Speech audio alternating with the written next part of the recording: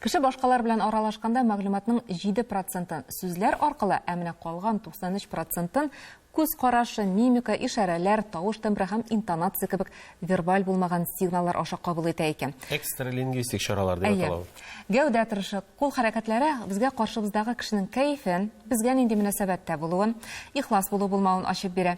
Тән халәте белән идарә итәргә өйрәнү кешегә кәефен яхшыртырга да булыша икән.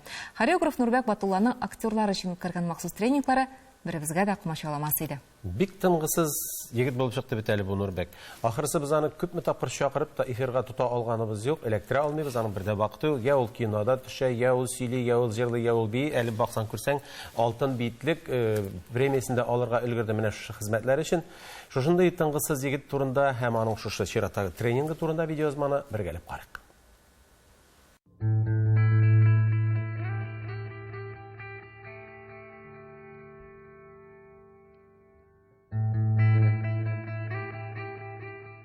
Психологияга гына таянып эшләгән театр инде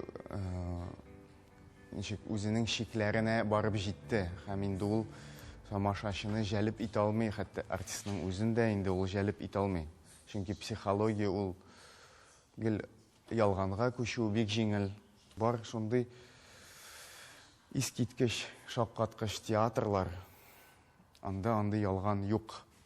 Менә шундый искиткеч, шаккаткыч, ихлас театрга мин күңелемнән омтылам әйе. Һәм андый театрны берничек тә ясап булмый тренингсыз. Ул һәр даим, һәр көн тренинг тирләгәнче, арганчы. Монда 3 юнәлеш инде: тән, тавыш һәм аң. Сулыш белән бергә эшләнелә, тирән итеп сулыш алабыз. И түшәмгә сузылабыз. Сулыш алганда мин энергия туплыйм. Сулышны чыгарганда мин иркенәям. Мәсәлән, менә хәзер артистлар йогадан алынган күнекмәләр ясыйлар. Бу күнегү Сурья намаскар дип атала, ул йогада бик киң кулланыла. Монда тән дә һәм аң да бер юлы. Алар тоташалар.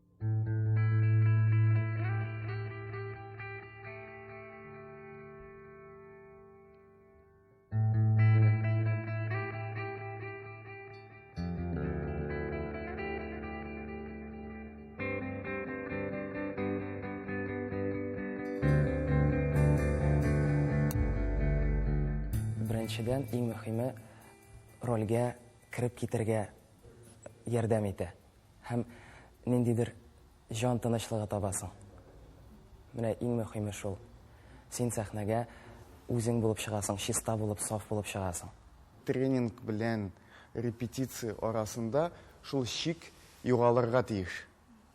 Аннан соң репетиция белән спектакль арасындагы шикләр югалырга тиеш. Ягъни син инде һәр даим шул халәттә яшисең. Теге хәзер мин чәй эчәм, монда тәмәке тартам, сүгенәм, аннан соң мин чыгып сәхнәдә ниндидер мәхәббәт күрсәтәм түгел. Син үзеңнең тормышыңа бик игътибарлы. Гәрчә чәй эчсәң дә. Чәй эчү тыелмый инде, әлбәттә, ләкин чәйне дә төрлечә эчеп була бит.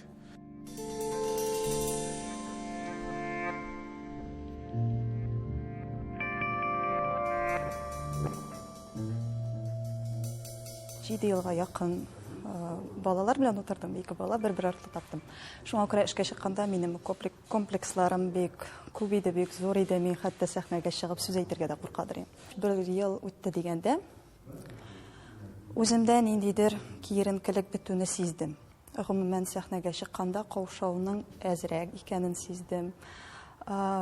Үземнең бераз гына булса да ниндидер башка яктан ачулануны сиздем. Гомумән Нурбәк ул шундый кеше, ул һәрвакыт һәрбер кешене бик поддерживать итә. Милләтне генә түгел, кешелекне өскә күтәрүдә театр ясар өчен аңа әлбәттә шундый шартлар тудырырга кирәк. Артист туйлар алып барып йөрмәсен өчен. Менә ул эшеннән үзенең проблемаларын калдырырга тиеш. Һәм монда сулыш ярдәм итә, йога ярдәм итә. Һәм башка күнекмәләр.